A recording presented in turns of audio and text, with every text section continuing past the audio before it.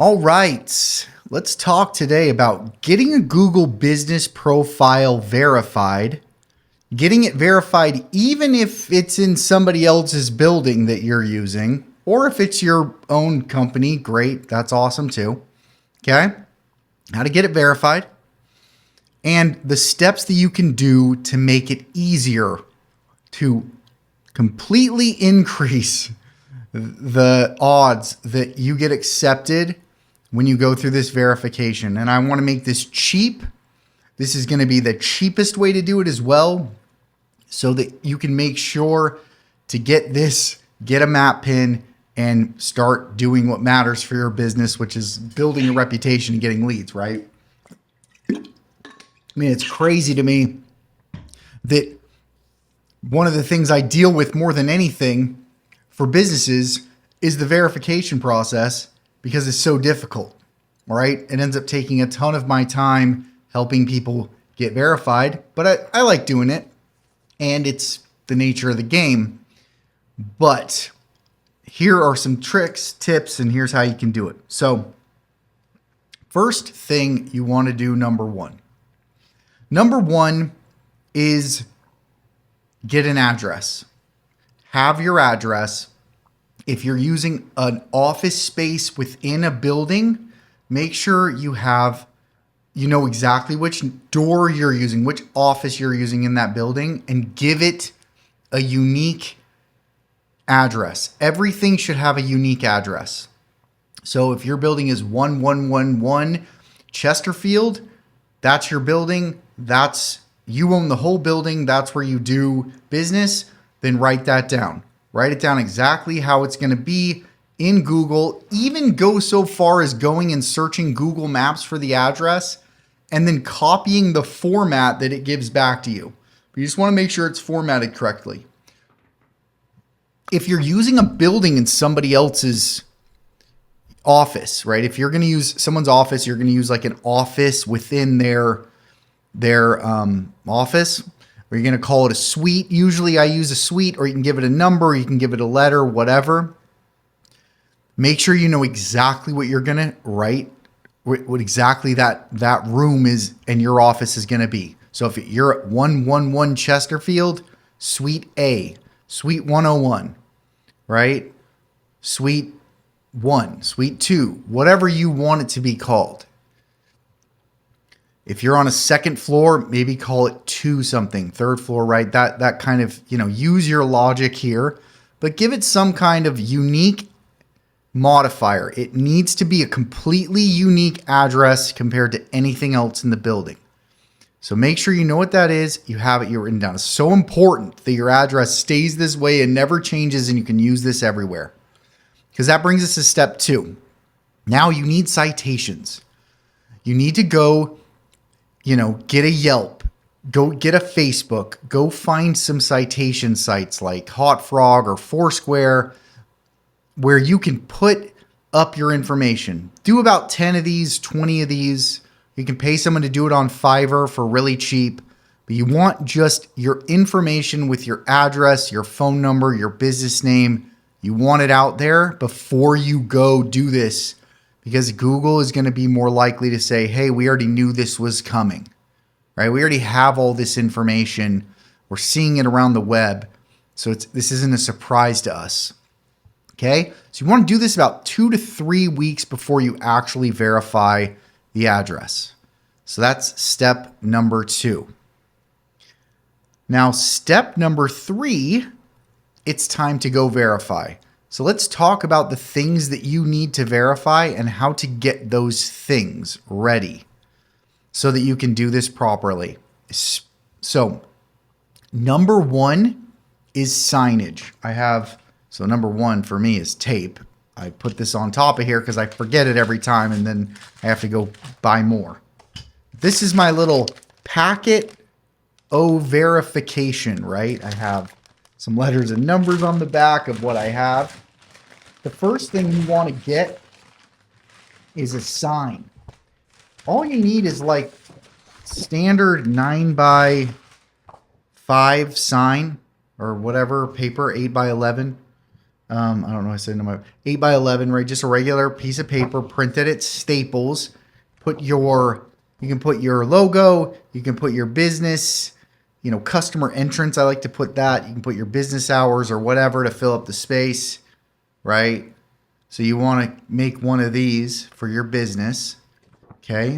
And we want to make it look legit. So if I go to Amazon here, you can buy one of these, right? It's an acrylic sign holder.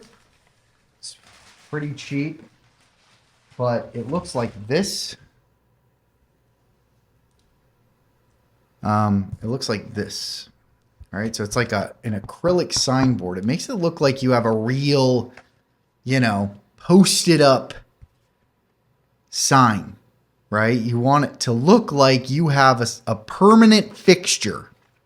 And this tapes on really nicely, right? But then it looks legit, right? It looks like it's permanent. So that's the first thing you want is we want permanent signage. Now, if you already have a permanent sign, great. Make sure it matches your business name. The name you put on your Google business profile needs to match this sign. If it doesn't, your chances of it going through go down, right? So if your business says Ned's Retirement Services, then you better be calling your name Ned's Retirement Services on your Google business profile. So make sure those match up. It's very important. Now, for those of you who are doing the suite, you can simply go to Lowe's. And I have these nice numbers from Lowe's and letters, right? I got a whole pack of them, different ones.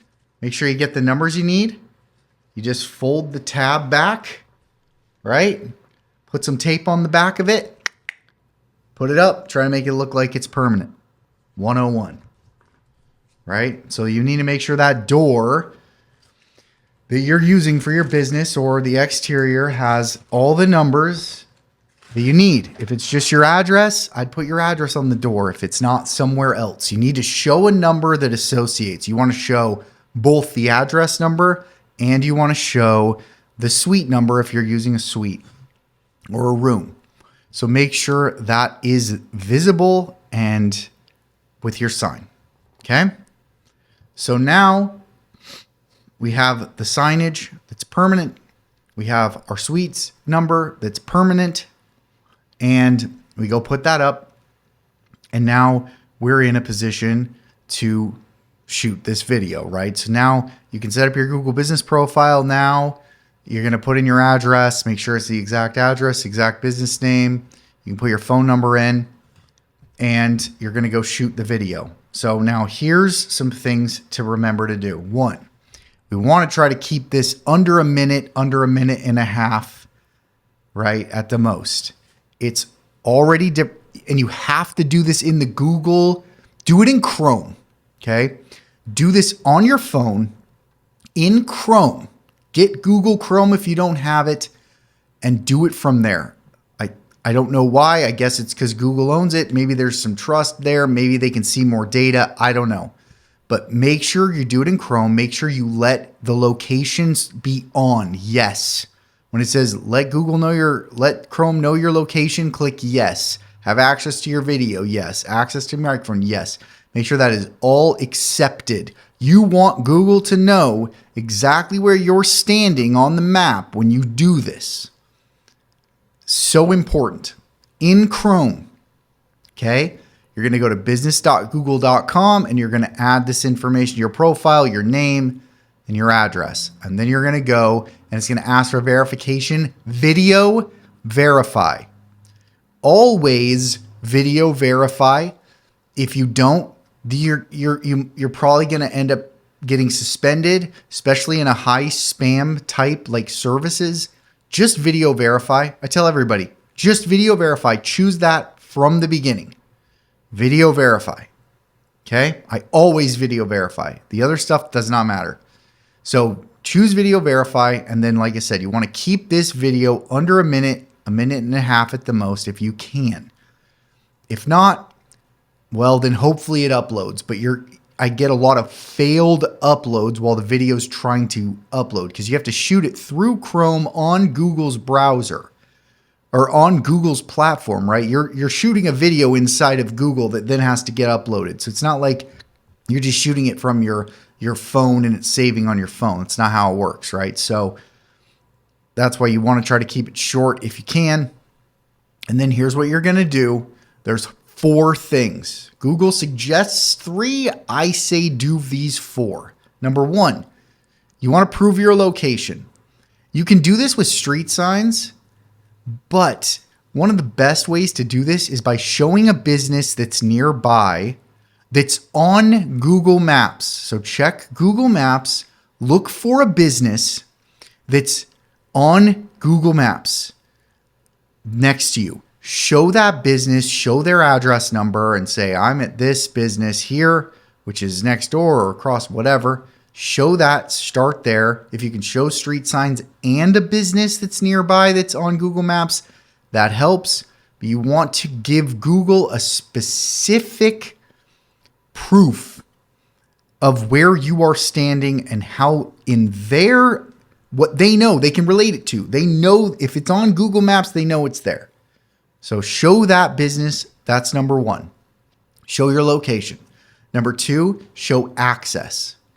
Now, if your signage and everything is on the front of the building, you want to show that first, right? And I also think it's a good idea to put signage outside of the building for your business, okay? So maybe you want to have 2 signs, one that goes outside, so you can say, hey, here's the outdoor signage, and then one that's going to be inside on the suite if you can, if it makes sense. Not every business this makes sense for, but I think it's a good idea to show that. So you're going to show exterior signage. At least you need to, if you're using a suite, make sure we prove the address on the outside, that it's somewhere listed. Just the hard address, not your suite number, obviously, but the hard address. And if it isn't up anywhere visible, get the numbers and put them on the door. Right? So that's the exterior. Now that's exterior signage.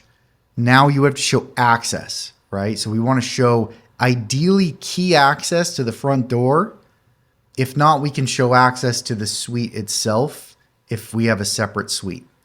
So we can show key address to the front door. If, once again, you don't have a suite, that's where you want to show access. Show yourself putting the key, show the key going into the lock and unlocking the door. You have to make sure they can see that you have access.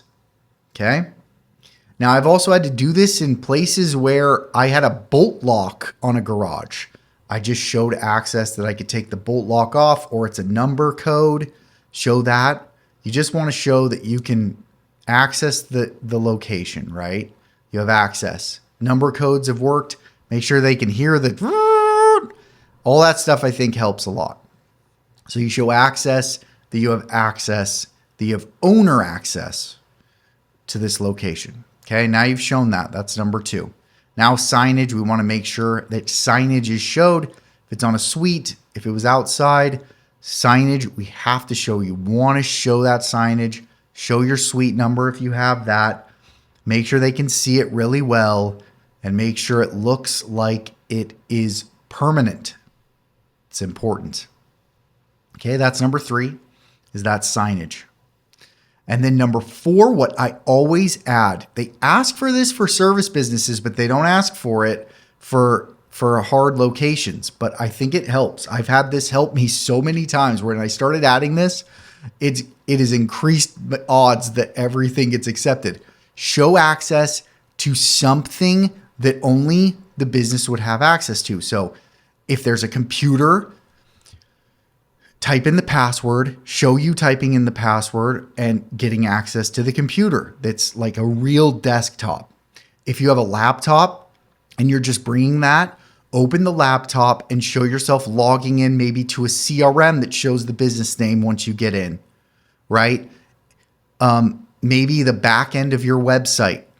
Anything you can do to show that you have some kind of access and login to an asset online that only the business would have is really helpful here.